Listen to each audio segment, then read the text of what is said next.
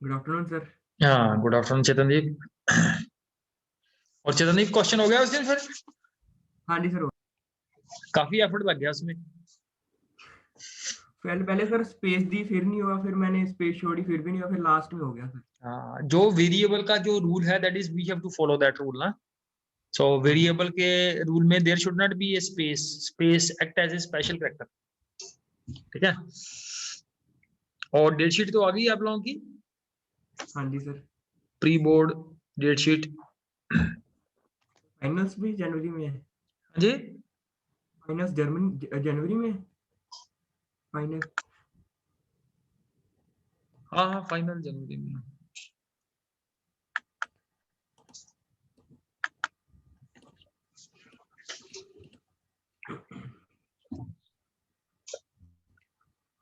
और this will be 70 marks paper.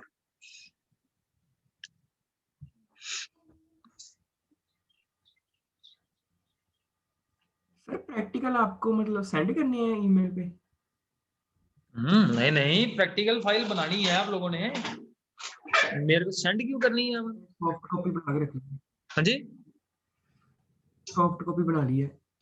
हाँ, soft copy बना ली है। जब आपको अब आएगी शीट वगैरह, डेट शीट वगैरह आएगी तो उसके अकॉर्डिंग प्रिंट निकाल के रख लेना अपने पास।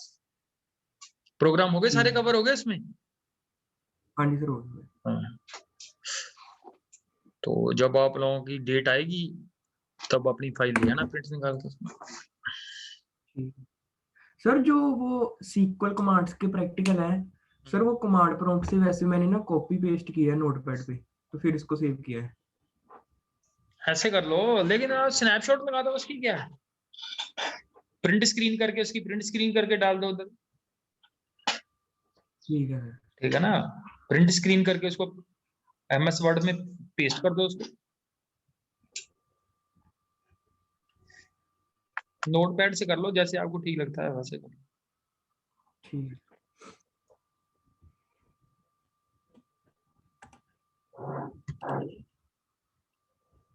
तो ये इस सिलेबस में क्लियर है कि किस किस यूनिट की कितनी वेटेज है हमारे पास? हाँ जी सर। ठीक है। फर्स्ट जो यूनिट है हमारे पास, introduction to computer system, 10 marks. जो नेक्स्ट है introduction to Python, that is 25। फिर है हमारे पास ये database concepts, so it is of 30 marks. और लास्ट वाला जो टॉपिक है हमारे पास, emerging trends, that is of 5 marks.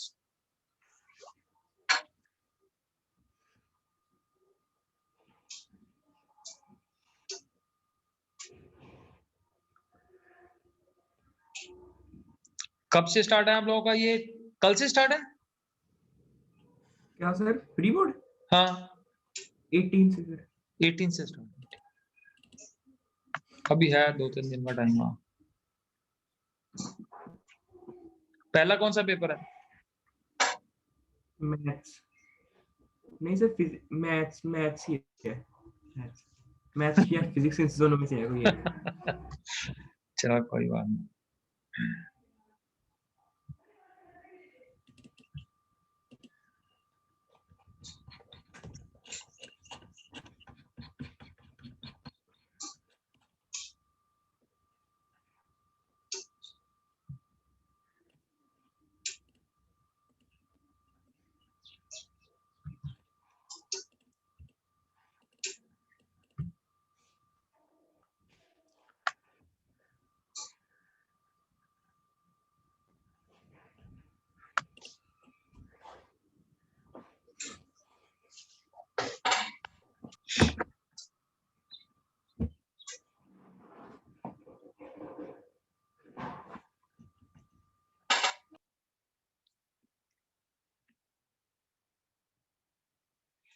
So this is how your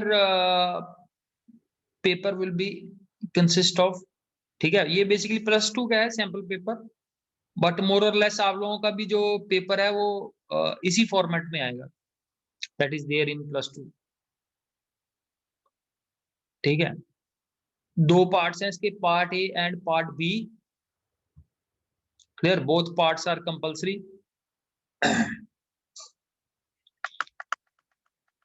part A के अंदर है, दैट इज पार्ट ए के अंदर 1 मार्क्स वाले क्वेश्चन है पार्ट ए के अंदर, ये है दिस इज पार्ट, ठीक है। So part A contains 15 questions हैं, आपने 1 से लेके 21 तक 21 क्वेश्चन आएंगे, उसमें से आप लोगों ने 15 क्वेश्चन अटेम्प्ट करने हैं, you have to attempt 15 questions out of that, ठीक है। जैसे ये इनका जो आंसर है या 1 वर्ड में करना है आप लोगों ने, या ट्रू फॉल्स की फॉर्म में करना है, ठीक है। Like this is the example is given here, ठीक है। Section A is of part A के अंदर जो पहला सेक्शन है सेक्शन 1, इसके अंदर 21 क्वेश्चन होंगे 1 मार्क्स के, 1 वर्ड से लेके 1 लाइन तक इनका आंसर हो सकता है, it's answer can go up to 1 line also, ठीक है जी। एंड तो इसमें ऑप्शन भी अवेलेबल है, मींस आपको एक 21 क्वेश्चन में से आपने 21 में से you have to attempt only this 15 questions, ठीक है। तो जो बेस्ट है आप लोगों को, जो बेस्ट क्वेश्चन आते हैं वही अटेम्प्ट करने हैं आप लोगों, ठीक है। अगर लेट्स से आप लोगों ने अगर 17 क्वेश्चन, अगर आप लोग 17 क्वेश्चन आंसर कर रहे हो, उसमें से 2 गलत हो गए, तो ये नहीं है कि नेक्स्ट वाले एग्जामिनर चेक करेगा, examiner will check only 15, first 15 question check करेगा एग्जामिनर, ठीक है। He will not check all the questions. हमें आदत पड़ी होती है हम 21 के 21 कर लेंगे, फिर हम बाद में सोचेंगे कि जो 15 क्वेश्चन ठीक होंगे वो मार्क्स मिल जाएंगे हमें, so that is not the question, you have to attempt any 15 question. तो आप लोगों ने जो बेस्ट, आप लोगों को जो बेस्ट आंसर आता है वही करना है इसके अंदर, ठीक है। टोटल जो हमारा थ्योरी का एग्जाम है दैट इज ऑफ 70 मार्क्स, और जो एमसीक्यू है या 1 मार्क्स वाले क्वेश्चन है दे आर 23 मार्क्स का है, और बाकी 47 मार्क्स का जो है दैट इज डिस्क्रिप्टिव पेपर है,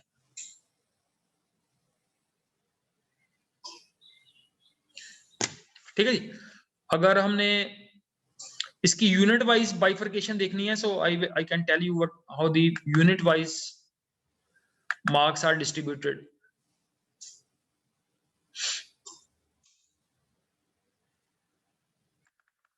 ठीक है। ये है हमारे पास, ये बेसिकली +2 का है, that is here you have to make, जैसे यहाँ पे आपका जो यूनिट 1 है दैट इज इंट्रोडक्शन आपका, तो वो है यूनिट जो है that is introduction to computer system, introduction to computer system, और जो लास्ट वाला यूनिट है दैट इज इमर्जिंग ट्रेंड्स, उसको डाल के आप लोगों का 15 मार्क्स का बनेगा, ये यूनिट 3 एंड यूनिट 4, यहाँ पे ये 20 मार्क्स का है, ठीक है। इसके अंदर जो इंपॉर्टेंट चीज है दैट इज ये जो फर्स्ट पार्ट है दैट इज ये ऑब्जेक्टिव क्वेश्चंस है, और जो सेकंड पार्ट है ये सब्जेक्टिव है। तो ऑब्जेक्टिव मार्क्स का पेपर आएगा 23 मार्क्स का, और जो सब्जेक्टिव पेपर आएगा that will B of 47। Subjective का मतलब है जो 2 मार्क्स 3 मार्क्स और 5 मार्क्स के क्वेश्चन हो, और जो 1 मार्क्स वाले क्वेश्चन होंगे I have told you they will be 23। तो उन 23 में से मोस्टली जो यूनिट 1 है उसमें से इसके अकॉर्डिंग नहीं आएंगे, दैट विल थोड़ा सा वेरिएशन आ जाएगी, क्योंकि जो हमारा डीबीएमएस वाला टॉपिक है वो 30 मार्क्स का है +1 में, ये +2 वाली कॉन्फ़िगरेशन दी हुई है, ठीक है। तो इसमें ये वाले जो 11 क्वेश्चन है बेसिकली, ठीक है, ये जो 11 मार्क्स यहाँ पे डिस्ट्रीब्यूट किए हुए हैं, ये कैसे किए हुए हैं हमने, इसमें से टोटल आपको मैंने बताया 15 क्वेश्चन करने हैं, you have to do 15 question, ठीक है जी। 15 क्वेश्चन करने हैं from 21, that you can see here किस तरह के क्वेश्चन आएंगे, आई हैव टोल्ड यू, ठीक है। ये है 1 मार्क्स के क्वेश्चन, ठीक है। जैसे ट्रू फॉल्स की फॉर्म में आ सकते हैं, या एमसीक्यू की फॉर्म में आ सकते हैं, या 1 लाइन का आंसर हो सकता है वहां पे, जैसे ये you can see here the 5th question. तो 5th क्वेश्चन में क्या है, write the command to find the sum of S1 and S2। तो ये कोड लिखना पड़ेगा आपको, 1 लाइन के अंदर कोड लिखना पड़ेगा सो इस तरह का भी क्वेश्चन आ सकता है या एमसीक्यू टाइप क्वेश्चन भी आ सकता है। ठीक है, तो ये तो है पहले 15 क्वेश्चंस। ठीक है, 21 में से जो 15 क्वेश्चन अटेम्प्ट करने हैं आप लोगों ने। फिर मैंने आपको बोला था कि एमसीक्यू, आपको जो एमसीक्यू टाइप क्वेश्चंस आएंगे या वन मार्क्स वाले क्वेश्चन आएंगे वो 23 आएंगे। तो 15 तो ये हो गए, और प्लस जो 8 मार्क्स आपके बच गए, वो 8 मार्क्स के क्वेश्चन किस तरह के आएंगे? So you see in the second part.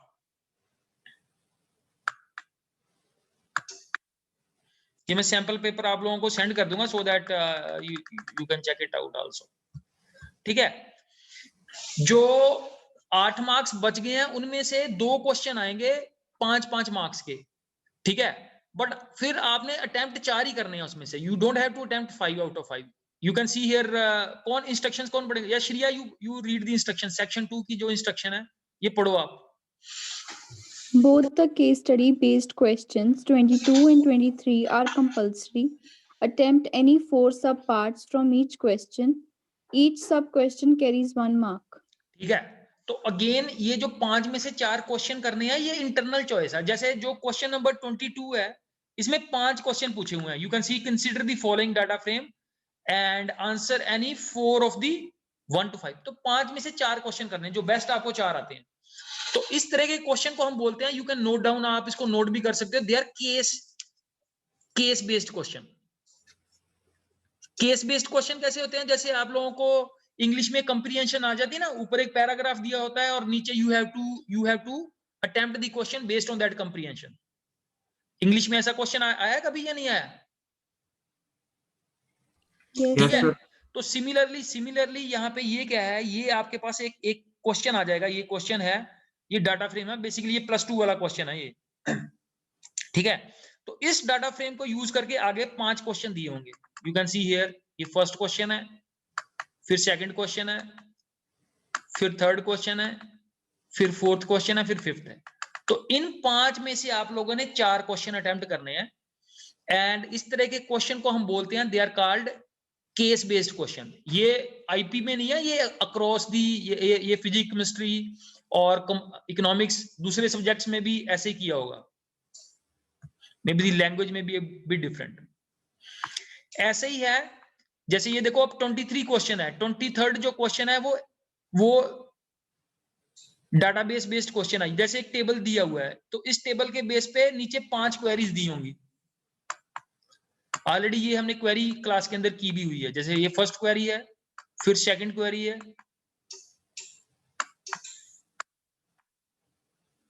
फिर थर्ड क्वेरी है, फिर फोर्थ है, and last is the fifth one. तो इन 5 में से आप लोगों ने फिर से 4 क्वेरीज करनी है आप लोगों ने। ठीक है जी।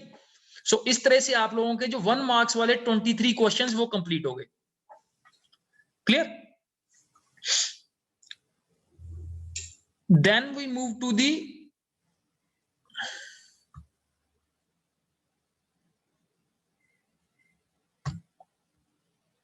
जो सब्जेक्टिव है हमारे पास,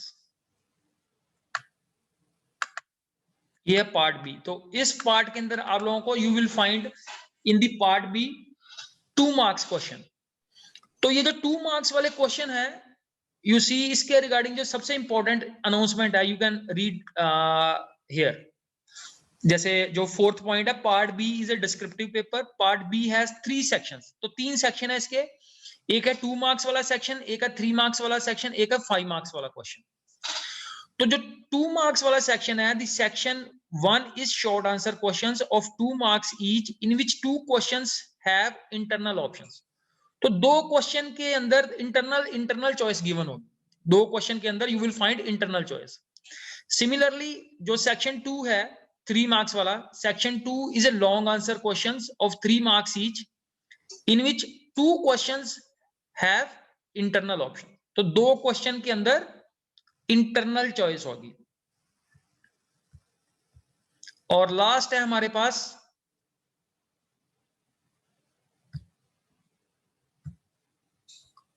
सेक्शन 3। तो सेक्शन 3 में very long answer questions, 5 marks का क्वेश्चन होगा, इन विच 1 question has a internal option. तो एक क्वेश्चन के अंदर आप लोगों को इंटरनल चॉइस आएगी। मींस 5 मार्क्स के अंदर एक इंटरनल चॉइस होगी और 3 मार्क्स और 2 मार्क्स के बीच में 2 इंटरनल चॉइस होंगी। इस तरह के क्वेश्चन होंगे जिसके अंदर 2 इंटरनल चॉइस होगी। एंड अगर आप इसको देखना चाहते हो so you can have a look at किस तरह के क्वेश्चन है।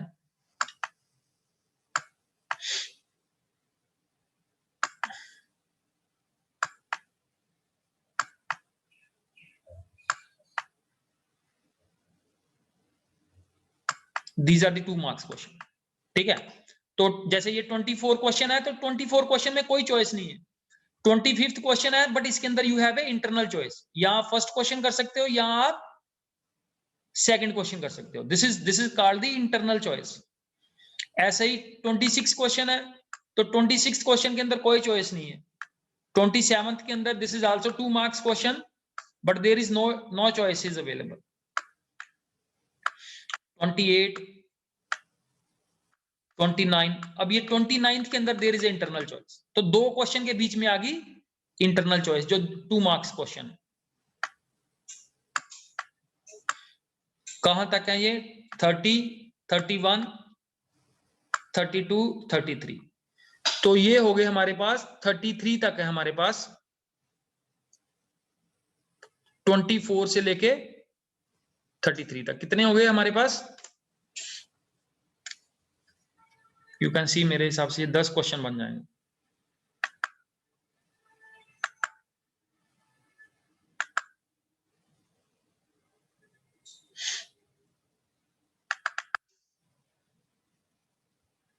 ठीक है, तो 2 मार्क्स वाले 10 क्वेश्चन है जो आप लोगों ने अटेम्प्ट करने। 10 10 into 2 that will B 20 marks के जो है वो 2 मार्क्स वाले क्वेश्चन है। ऐसे 3 मार्क्स वाले क्वेश्चन जो है दे आर 2, 3, 4, तो 4 क्वेश्चन जो है वो 3 मार्क्स वाले हैं और 3 क्वेश्चन जो है they will be of 5 marks. ठीक है, so this is the layout है आप लोगों का। और जो यूनिट वाइज मार्क्स डिस्ट्रीब्यूशन है वो आपके सिलेबस में गिवन है ये। ठीक है, जो हमारे पास जो अभी हम प्रेजेंटली जो यूनिट कर रहे हैं वो 10 मार्क्स का आएगा और जो इंट्रोडक्शन टू पाइथन है वो 25 मार्क्स का आएगा, डाटाबेस वाला 30 मार्क्स का आएगा और इमर्जिंग ट्रेंड्स जो है वो 5 मार्क्स का आएगा। So this will be 70 marks और 30 मार्क्स का आप लोगों का जो प्रैक्टिकल है।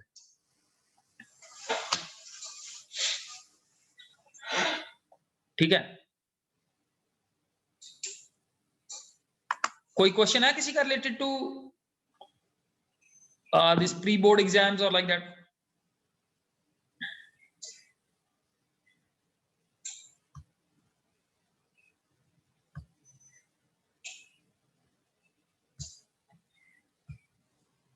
ठीक है, और ऑलमोस्ट सभी पेपर का इसी तरह का ऑलमोस्ट इसी तरह का होगा आप लोगों का स्टाइल जो that will be there in the pre board. And the last topic that we were discussing is the computer system. So this was the topic that we were discussing earlier prior to the break before that Saturday session. वो Saturday session कितने students ने लगाया था? एक श्रिया गुरलीन तो थी वहां पे, mister Gurleen was there, Ishaan was there, and how was this session? Yes Ishaan, आप बताओ उसके बारे में। बढ़िया है सर, अच्छी लगी मेरे को यूनिवर्सिटी। हाँ, यूनिवर्सिटी अच्छी है। बेसिक जो उसके अंदर जो फोकस है that is on the latest courses, means what type of degrees they are offering. They are the latest degrees they are offering there. So you can think of जैसे जो commerce वाले हैं, जो कॉमर्स वाले students हैं, but they will have to clear that one mathematics paper for getting entering into जो BTech थी उनकी डाटा साइंस बेस्ड जो डिग्री थी, इसके अंदर एनरोल कर सकते हैं। बाकी only science students and the students those who have studied mathematics they can enrol for those degrees. So focusing back on the, so last we were discussing about the computer system. So we have discussed advantages, disadvantages. Then the computer performs these basic functions, input, and then stores the instructions, process the those instructions, and generate the output. Then this is the definition we have gone through for computing. Then we have discussed a bit about the evolution of computing devices. And after that, there is a brief introduction about the generation of computers. तो generation of computers में क्या है, हमारे पास जो first generation of computers है उसके अंदर कौन सी मेजर टेक्नोलॉजी का यूज हो रहा था, that is the vacuum tubes. जो सेकंड जनरेशन कंप्यूटर्स हैं उसके अंदर जो technology that is being used is transistors. Third के अंदर है आईसीस. फोर्थ के अंदर है VLSI, clear, very large scale integration. And fifth generation that we are already undergoing from this generation is that is basically they are AI based computers, clear, because here the computers can think and then perform like human beings. In the last ye jo four generations are here, the systems can't think like human beings, but here what is the new here in the fifth generation is the machines can think like human beings and then they can respond back. Then we discussed about the block diagram. So block diagram, we say that that is the basic structure of a computer, components of computer system and their internal connection in the form of a block diagram, clear, and how these internal components they coordinate with each other.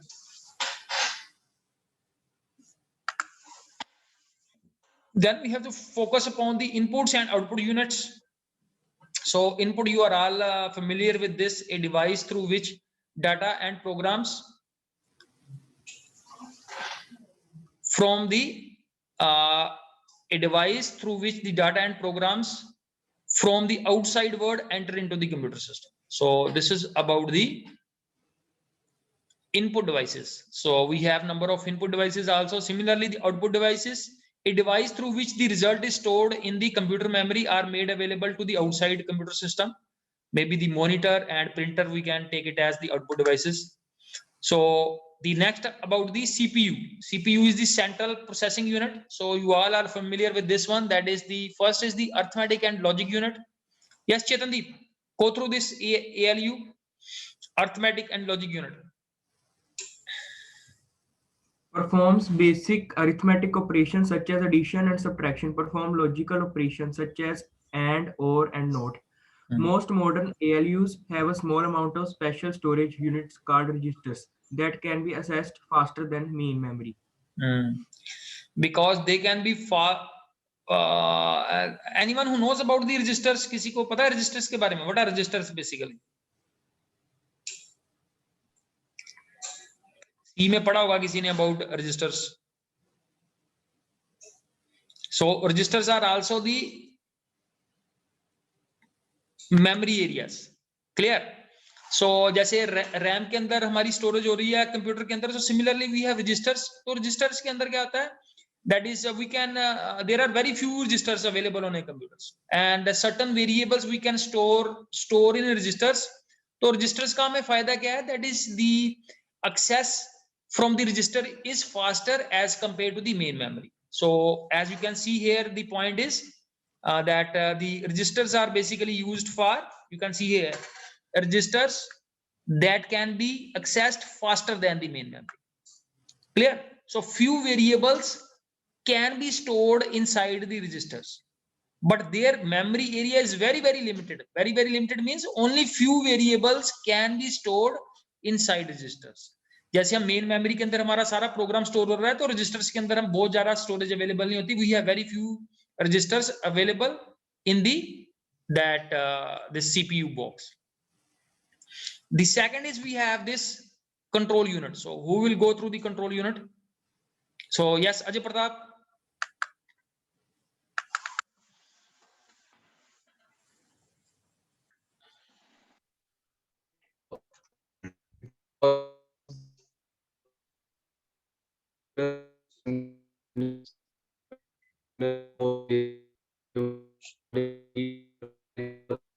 So let's say I will go through this control unit, that it organizes the computer to work as single unit and generates control signals for various devices regarding read and write or execute operations. So control unit is basically, you know, that in the earlier slide we have seen.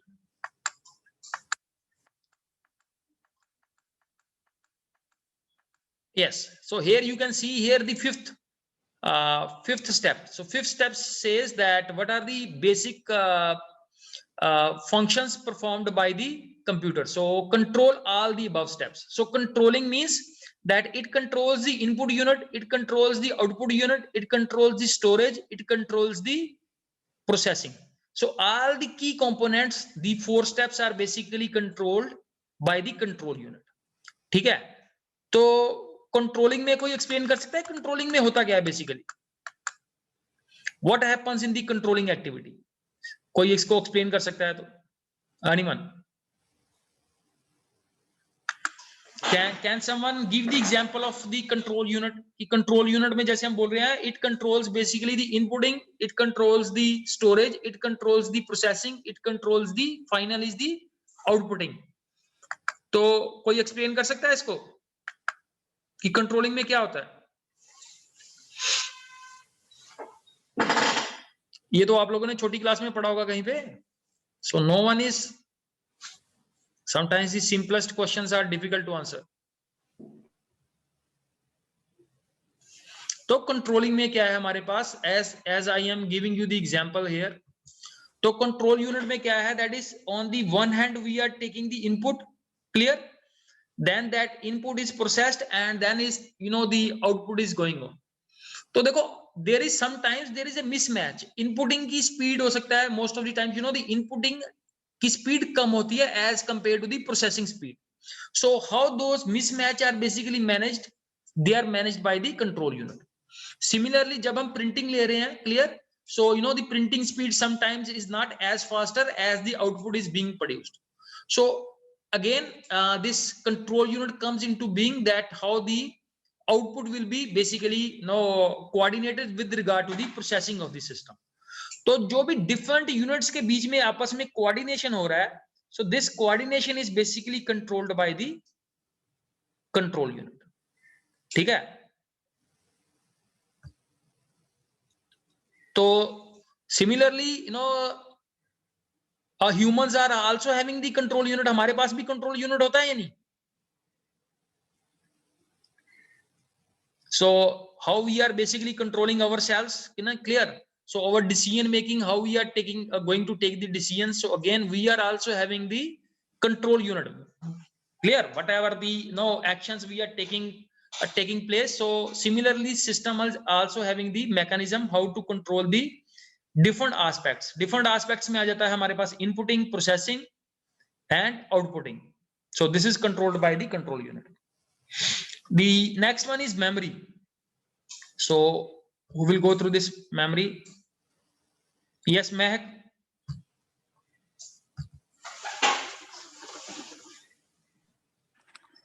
A collection of cells, each with unique physical address. Most computers are byte addressable. Cell at address 1,11,11,001. 110 contains 1. Yes. The another important aspect is how our data will be stored. So all the data is that is stored inside has a physical address. Clear? Memory में जहाँ पे जाके store होगा, they will be assigned some address. Like जैसे जिस area में हम रहते हैं, we have a address. Clear? हमारी locality का address है कहाँ पे where we are residing. So similarly, the memory is also having the addresses from where we can access the things. The next important aspect about the memory is we have basically 2 types of memories. One is the main memory and second is the secondary memory. ठीक है, main memory और secondary memory के अंदर हमने difference पढ़ा हुआ है. That is main memory is basically the volatile and secondary memory is the non-volatile. Means the contents in the secondary memory are permanent and contents in RAM are basically temporary in nature. So we have again main memory of 2 types. One is RAM and second is ROM. So RAM is memory in which each memory location can be accessed and changed, and the contents in RAM are basically volatile. Volatile means when the power is switched off, the contents basically get removed. Then we have read-only memory. So memory in which location can be accessed but not changed. Clear? So ROM के अंदर हम contents को change नहीं कर सकते. Anyone can say something more about that ROM and application of ROM? Read-only memory. Someone wants to say something about read-only memory? जैसे सबसे पहले बात है कि रोम के अंदर कंटेंट्स कब डाले जाते हैं, बिकॉज रोम जो रीड ओनली मेमोरी है उसके अंदर हम कंटेंट्स को चेंज नहीं कर सकते. सो माय क्वेश्चन इज कि अगर हम उसके कंटेंट्स को चेंज नहीं कर सकते तो फिर उसकी एप्लीकेशन क्या है और उसकी यूटिलिटी क्या है? If someone knows about this. ठीक है, जैसे हम जब भी हम अपना सिस्टम स्टार्ट करते हैं. Yes, Gurleen wants to say something on this. Sir ये ऑपरेटिंग सिस्टम स्टार्ट कराने में मदद करता है सर. ठीक है, बेसिकली क्या होता है हमारे पास no in read only memory, जैसे जब हम सिस्टम स्टार्ट करते हैं तो जब भी आप अपना लैपटॉप स्टार्ट करते हो तो वहां पे एक स्टैंडर्ड जो है वो इंस्ट्रक्शंस आ जाती हैं. दैट इज अगर आपका लिनोवो का सिस्टम है तो वो लिनोवो का लोगो आ जाता है. अगर किसी का डेल का सिस्टम है तो वो डेल वाली वहां पे विंडो सी बनी आ जाती है. So all those contents are basically written in ROM. Clear? That's why you will find that those contents are permanent. Clear? They will never get changed. Why? Because they are permanently embedded on the system and we cannot change the contents of a ROM. Clear? Why we cannot change? Because those contents are put into the memory at the time of manufacturing of that very chip. तो जब वो chip बनती है तो उस time पे उसके ऊपर वो कंटेंट जो है वो एम्बेड कर दिए जाते हैं, so that no later on we cannot make changes in those contents. So that is what we have, the application of ROM. Yes, Ishan. Sir जैसे आप कह रहे हो कि उनको चेंज नहीं कर सकते, लेकिन प्रॉम ईप्रॉम भी तो होती है. हाँ, तो वो तो हम डिस्कस नहीं कर रहे अभी तो हम सिर्फ रोम के ऊपर फोकस कर रहे हैं. क्लियर? ईप्रॉम वगैरह में there are mechanism available where you can remove those contents also, but जो सिंपल रीड ओनली मेमोरी है उसके अंदर हम कंटेंट्स को रिमूव नहीं कर सकते. Then we have basically the secondary type of storage is magnetic tape. Clear? Magnetic disk. And the contents here the stored in the secondary storage, they are permanent. जैसे जो हमारी हार्ड डिस्क के ऊपर जो भी स्टोर हो रहा है, so that is permanently stored inside the system. So few examples of this is given. One is the hard disk. And hard disk, you will find now a lot of technology is changing up, and you will find जैसे ये internal working दी हुई है here in this second diagram you can say, जैसे ये head जो है ये move करता है. Clear? For reading the contents and writing the contents over the disk. So these are the different types of hard drives. Clear? And you will find ki nowadays up to 12 terabyte, and I think that more than 12 terabyte hard disks are used and available in the market. So 12 terabyte is basically a huge size. Mostly जो अभी hard disk का size होता है 1 TB, 2 TB, 4 TB and like this. And but you will find that ये 12 terabyte जो है that is no कोई बड़ा size नहीं है. You will find the hard disk bigger than this size available in the market also. But ये depend करता है दैट इज हमारी यूजेस कितनी है और हमें कितनी हार्ड डिस्क चाहिए. जब भी हम लैपटॉप वगैरह बाय कर रहे हैं, so we have to think upon that is how much is the requirement that we need. ठीक है, जैसे एक हमारे पास अप्लाइड क्वेश्चन है, जैसे जब भी हमने लैपटॉप बाय करना है तो which point we should consider. Like most of you are having the laptops and you know that ये भी पॉइंट कभी ना कभी आता ही होगा. घर से आप पेरेंट्स पूछते होंगे कि कौन सा लैपटॉप लेना है बेटा आपने. So which points you will find are influential that you think that we should consider while buying a laptop. कौन से पॉइंट को कंसीडर करना चाहिए? A lot of tech CV people are here. Yes, Tarun Jot want to say something on this. Yes, Tarun Jot. RAM. So very good, because RAM is another very expensive device. So definitely RAM is the point to be considered. Yes, Ishan. Sir जो हमारी disc space है, हमारी RAM, हमारा processor, और अगर उसके अंदर inbuilt graphic card है कि डेडिकेटेड है। तो ये चार जो अभी तक हमारे पास पॉइंट निकल के आ रहे हैं, एक तो होगी हमारे पास रैम होगी, एक हमारे पास सेकेंडरी स्टोरेज आएगी हार्ड डिस्क, एक जो ईशान ने अभी हमें पॉइंट आउट किया जो ग्राफिक्स कार्ड है, ठीक है, और अराउंड अबाउट 2 MB और नॉट आई एम कितनी ये 1 GB 2 GB स्पेस तो इसके लिए भी रिक्वायर हो जाएगी। और फोर्थ हमारे पास पॉइंट है प्रोसेसर। ये 4 पॉइंट है जो किसी भी लैपटॉप की कॉस्ट को इफेक्ट करते हैं, ठीक है। I am repeating, one is the processor जो सबसे कॉस्टली है उसके अंदर, दूसरा है उसके अंदर रैम, उसके अंदर हार्ड डिस्क, और जो ईशान ने पॉइंट आउट किया जो ग्राफिक्स कार्ड है। ग्राफिक्स कार्ड का यूज बता सकते हो, why we use this graphics card, जो बिल्ट इन है हमारे पास ग्राफिक्स कार्ड। यस तरुण जोत।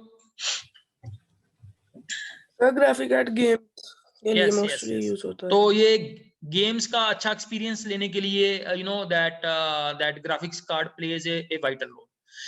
एक इसके अंदर जो और इम्पोर्टेंट वाइटल पॉइंट है जो लैपटॉप की कॉस्ट को इफेक्ट करेगा, वो होता है जैसे कई लैपटॉप आते हैं they come out without operating system, और कई लैपटॉप्स में ओरिजिनल ऑपरेटिंग सिस्टम, जैसे वो बोलते हैं कि इसमें ओरिजिनल विंडोज ऑपरेटिंग सिस्टम है। तो जब आप एक ओरिजिनल विंडोज वाला ऑपरेटिंग लैपटॉप बाई करोगे तो उसकी कॉस्ट 2-3 हजार रुपए आराम से बढ़ जाएगी। और अगर आप ये लोगों की मेरे को operating system I will install, जैसे आप उबंटू इंस्टॉल कर लो या कोई और operating system, there are number of operating system which are free nowadays, ठीक है। तो अगर तो आप फ्री वाला ऑपरेटिंग सिस्टम यूज कर रहे हो तो उससे भी आपके लैपटॉप की कॉस्ट रिड्यूस हो जाएगी। So my only point is there that जब भी आप लैपटॉप बाई करो तो ये ना हो कि आप आंखें बंद करके कि यार ये 50,000 वाला है तो ये बढ़िया होगा, ये 70,000 वाला है तो ऐसे, तो कोई कॉस्ट का तो कोई है ही नहीं है, अपर एंड तो कोई है नहीं किसी भी चीज का, ठीक है। So you have to consider these 4 और 5 points while you are buying a laptop. कल को कोई आपसे भी पूछ लेगा कि मैंने कोई लैपटॉप बाई करना है तो आप उसको क्या बताओगे, किस बेसिस पे आप बताओगे। So these are the 4-5 points that you consider. Yes Chetandeep, आपका कोई पॉइंट था दैट आपने हैंड रेज किया था? नहीं सर, मेरा प्रोसेसर वाला ही था सर पॉइंट। हाँ प्रोसेसर वाला। तो ये है कि जैसे बहुत सारे स्टूडेंट्स हैं कि उनको देखना चाहिए कि हमारा यूज किस तरह से है, and based on that you should go for जहां जहां पे आप अपनी सेविंग कर सकते हो, you should go and save the money also. Don't pressurise your parents कि हमें 50,000 वाला लैपटॉप ही चाहिए।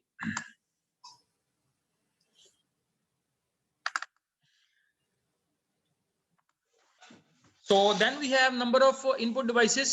So whose help we should take up? Yes, Jasmine 11C.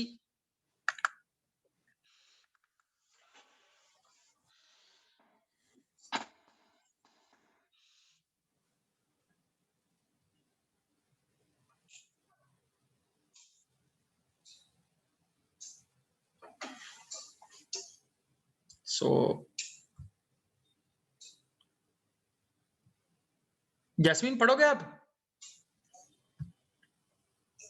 Yes, sir. हाँ जी हाँ जी। Input devices.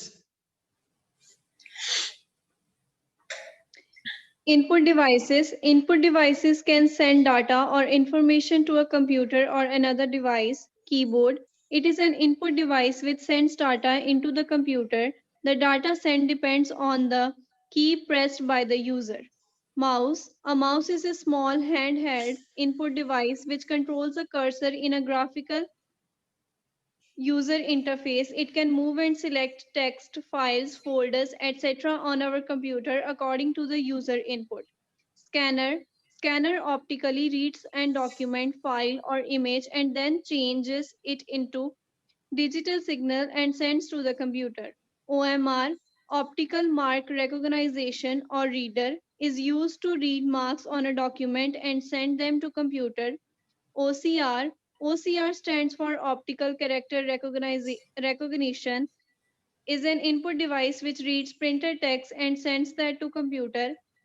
MICR, Magnetic Ink Character Reader, is an input device which generally finds application is banks to process text.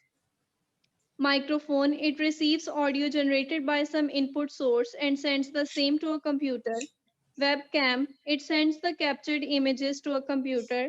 Graphics tablets, this input device is used to draw using hand. Trackballs, an upside down mouse encased within a socket, is the cursor control device. Barcode reader, it is used to read the barcode of various items and feed the same to computer. Gamepad, also known as joypad, is the input controller for video games. Joystick, these input devices are used to control video games. क्लियर? तो इसमें से keyboard, mouse is just a pointing device. So scanner we are all familiar with. Next है हमारे पास OMR. ठीक है, OMR का use किस लिए? जैसे आप लोग जो कॉम्पिटिटिव एग्जाम देते हो, ठीक है, जिसमें हमारे पास वो ABCD ऑप्शंस हमने वो पेंसिल से और डार्क करते हैं हम लोग, तो वो OMR शीट्स को हम रीड करते हैं with this optical mark recognition. इस मशीन से हम उसको क्या करते हैं, रीड करके, and then we basically feed that document to the system. दूसरा आ गया हमारे पास optical character recognition. So this is the input device that reads the printed text and sends it to the system. Third है जैसे magnetic MICR. तो ये MICR ये code होता है, ये जैसे जब आप कोई चेक, कभी आप चेक देखना तो चेक के ऊपर ये MICR कोड होता है. तो ये its application is also given. ये बैंक्स में यूज होती है ये device MICR. Microphone, that presently I am, जो मैं आपसे बात कर रहा हूं, तो I am using the microphone of my laptop. आप अगर मोबाइल से क्लास लगा रहे हो तो मोबाइल का माइक्रोफोन यूज कर रहे हो, और अगर आप लैपटॉप से क्लास लगा रहे हो तो जब आप मेरे को, जैसे जैस्मीन मेरे को रिस्पॉन्ड बैक कर रही थी, so she was using the microphone of his own system. Then we have a webcam. तो जो जैसे मैं आपकी इमेज देख रहा हूं अपने सिस्टम पे, आप मेरी इमेज देख पा रहे हो, so that is only possible with the help of this webcam. Next we have graphic tablets. So this is another pointing device, ठीक है, for drawing images and on that tablet. Trackball is again a pointing device. Clear? So जैसे mouse काम करता है, तो ये trackball is this is basically a ball. तो ball का जैसे हम मूवमेंट करेंगे उसी तरह से वो पॉइंटर मूव करेगा on the screen. Then we have a barcode reader. ये बारकोड रीडर के बारे में कोई बता सकता है? Anyone who knows about the barcode reader? ये बारकोड होता क्या है? What is a barcode? So we have 2 participants. Yes Dilbagh. Okay, camera भी ऑन कर लो दिलबाग.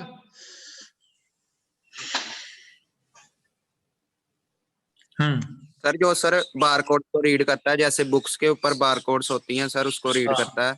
हाँ, तो कंप्यूटर को भेज देता है सर. जैसे हम इजी डे में जाते हैं, मोर में जाते हैं, तो वो जो मींस बिलिंग के लिए जो वो कोड रीड करते हैं, they are the example of that barcode. And then we have gamepad and joystick. Again, its application is in the form of like joystick. तो जो आप वीडियो गेम खेलते हो, most of the times now I think that is, आजकल तो ये almost obsolete हो गई है ये device. Maybe I may be having less knowledge on this joystick side. Now the next we have few output devices. So we have monitor. So we all know that we are using the monitors for output device, speakers and projector. So these are the few of the output devices.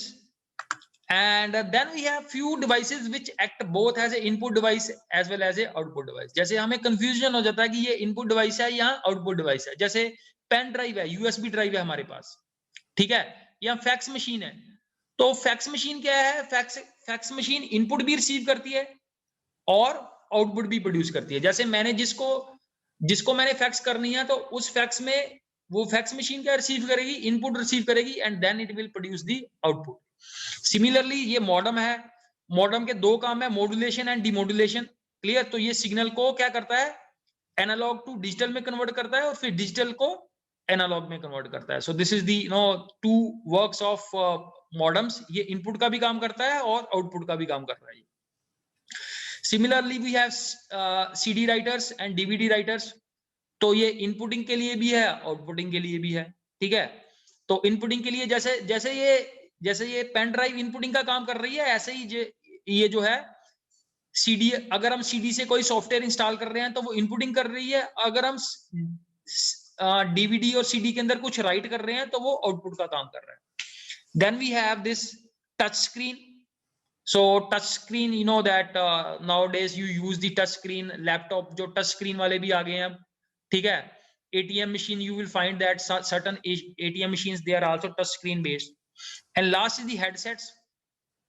So headsets consist of speakers as an output device, and जो उसके साथ microphone होगा, that will be acting as a input device. तो headset भी आप लोग most frequently you are using for gaming purpose. Mobile के साथ लगा के आप classes attend कर रहे हो, and you are using all these most of the devices.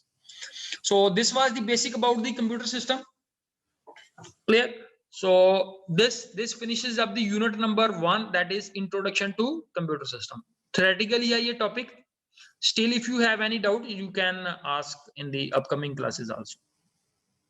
और जो हमारा main काम था आज, that is I have discussed about the that is how your pre-board exam will look like.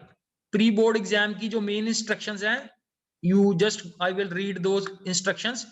इसके अंदर 2 parts हैं, part A and part B.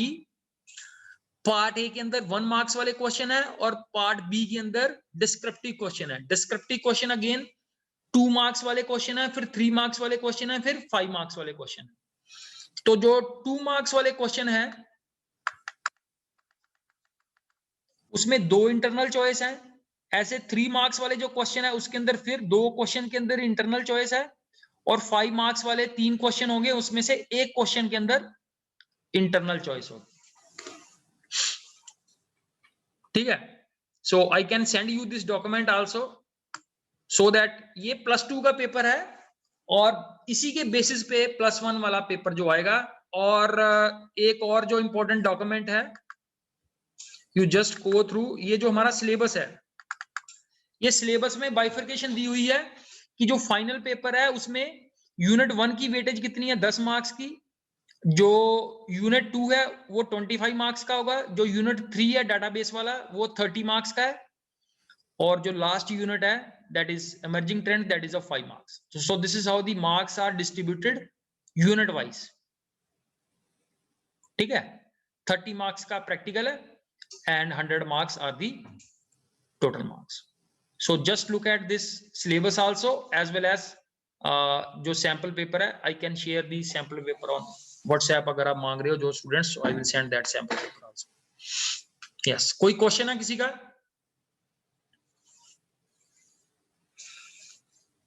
So thank you everyone for attending the class patiently. Thank you. Thank you, sir. Thank you. Thank you. Thank you, sir. Have a nice day. Thanks, madam. Thank you, sir.